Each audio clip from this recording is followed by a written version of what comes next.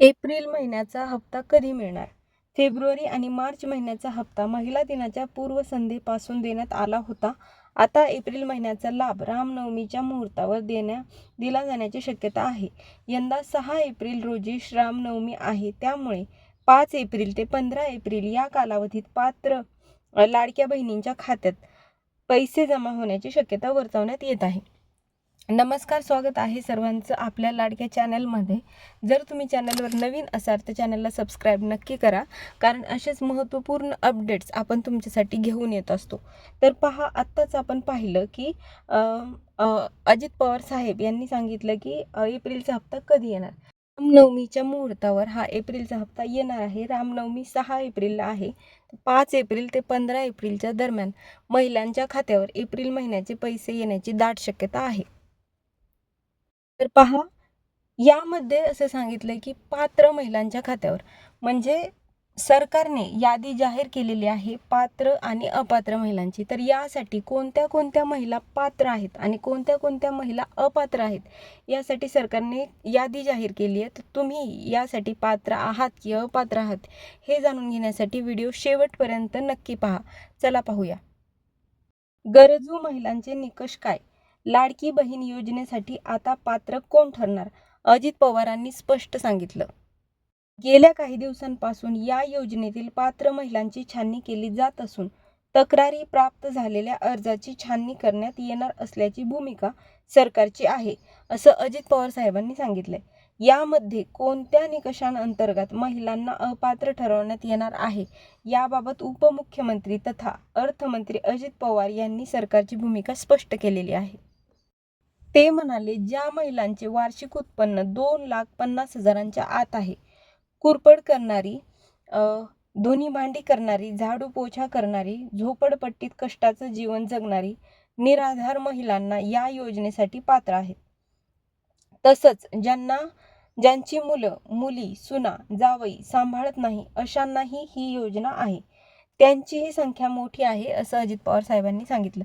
म्हणजे पहा, कोणत्या कोणत्या महिला यासाठी पात्र आहेत, याबद्दल सांगताना अजित पवार साहेब म्हणाले की ज्या महिला गरज आहे, आर्थिकदृष्ट्या सक्षम नाहीयेत, त्यांच्यासाठी ही योजना आहे. तर खुरपणी करणारी, धुणी भांडी करणारी, झाडू पोछा करणारी, झोपडपट्टीत राहणारी आणि निराधार महिलांसाठी ही योजना आहे.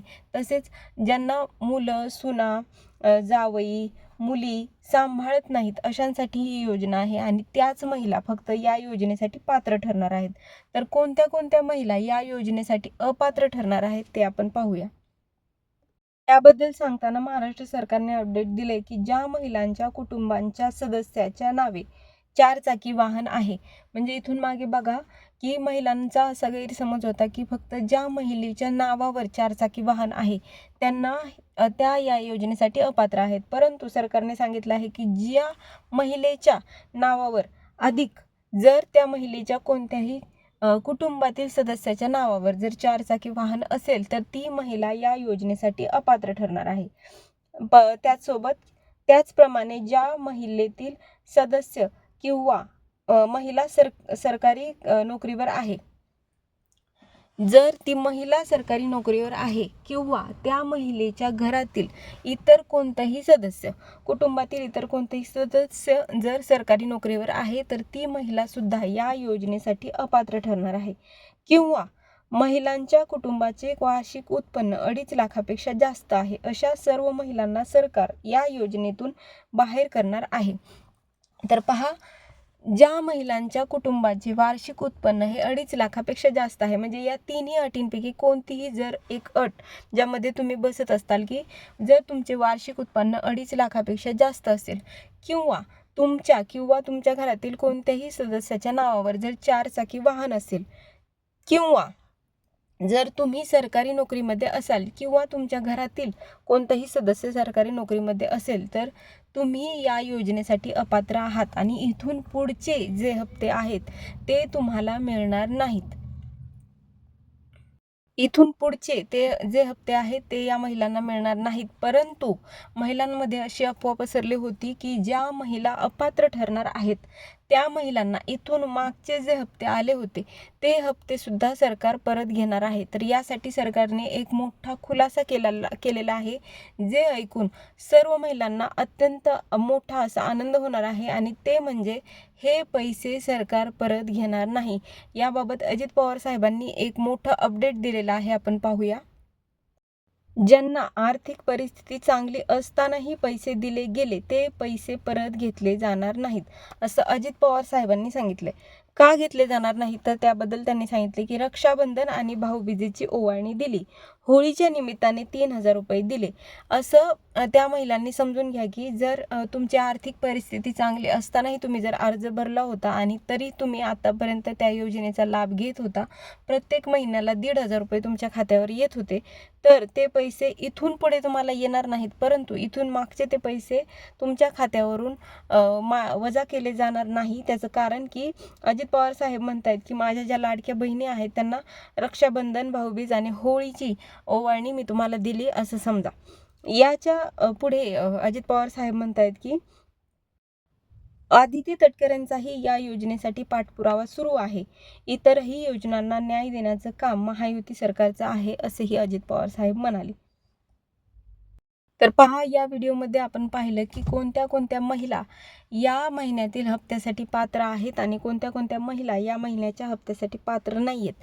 अधिक ज्या महिला या योजनेसाठी पात्र नाही आहेत त्यांना इथून पुढचे ते हप्ते येणार नाही आहेत, परंतु इथून मागचे जे हप्ते आले ते सरकार परत घेणार की नाही, इथपर्यंत बातमी आपण पाहिली. आता सरकारने अजून एक नवीन अपडेट दिलेली आहे, ती म्हणजे एप्रिल महिन्यात जे पैसे येणार आहेत, एप्रिल महिन्याचा जो हप्ता येणार आहे तो तुम्हाला 2,100 रुपये येणार आहे की 1,500 रुपये येणार आहे.